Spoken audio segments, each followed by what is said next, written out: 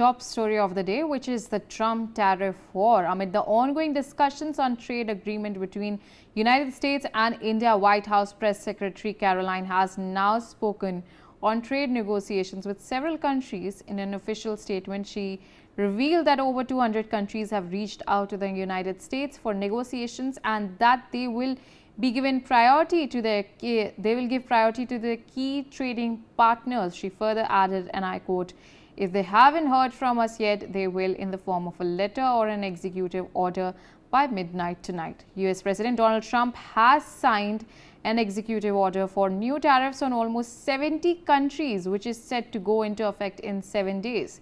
The list, of course, includes India, which will have to pay a 25% tariff. So those are the details that are emerging. We have seen that this has been a huge flashpoint, and obviously the markets are reacting to that as well. But obviously we have seen that there has been several negotiations that have been taking place between India and US as well. Joining me on the telecast is Professor M.K. Agarwal, economist. Professor M.K. Agarwal, thank you so much for joining us on the telecast. As you've also heard about this is a topic that has been making rounds for quite some time. The India-US trade negotiation as well as the tariff war. What exactly, in your assessment, does this mean for India, especially that this 25% tariff, even specifically talking about sectors like dairy and agriculture? What does this mean for the investors as well? See, this tariff war is having a multi-dimensional issues built in the tariff war. Number one, America wants that India aligns politically also, geopolitically also with USA. And that's why it is opposing its trade with Russia, Iran, etc. I mean, it is barring that Indian firms are not importing oil from Russia or Iran. Already it has blacklisted 6 Indian companies, those who are importing oil from Iran. Secondly, it wants to sell so many things that India may not like to buy. For example, F-35. This is also on their agenda because Trump wants to push its business in a muscular manner. It is not a type of trade deal. And thirdly, it is highly unethical, impractical that when negotiation is going on, how can a country slap this type of tariff, that is unilaterally it can slap? What authority USA has over India in this respect?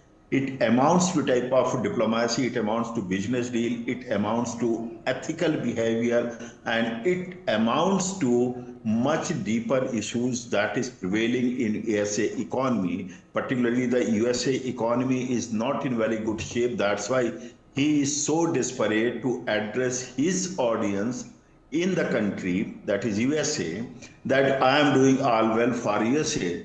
The situation is altogether different. He is worried about dollar.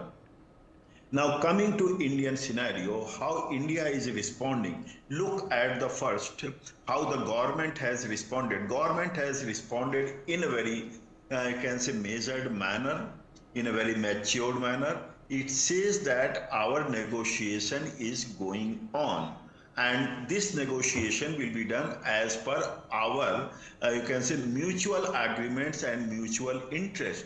And in this mutual interest, India cannot afford to forego the interest of farmers and MSMEs particularly. Therefore, Trump must understand that whatever be its tactics, I won't say that it is arm twisting, because gone are the days that India can be bullied like that. So it is not going to be pressurized. India cannot be pressurized at all. And Trump must understand by doing this country is losing sympathy and bonhomie of the Indians. And this is a great, great democracy. India is a great democracy. And whatever government steps are being taken by the Modi government, people are supporting it. So, and now coming to the stock market. In the stock market, Yesterday morning, definitely there was some panic reaction, but gradually when the market closed, it was almost on equal footing, but not much loss was there. Even today, there is not much loss. So it means the market has adjusted this type of trade behavior by USA.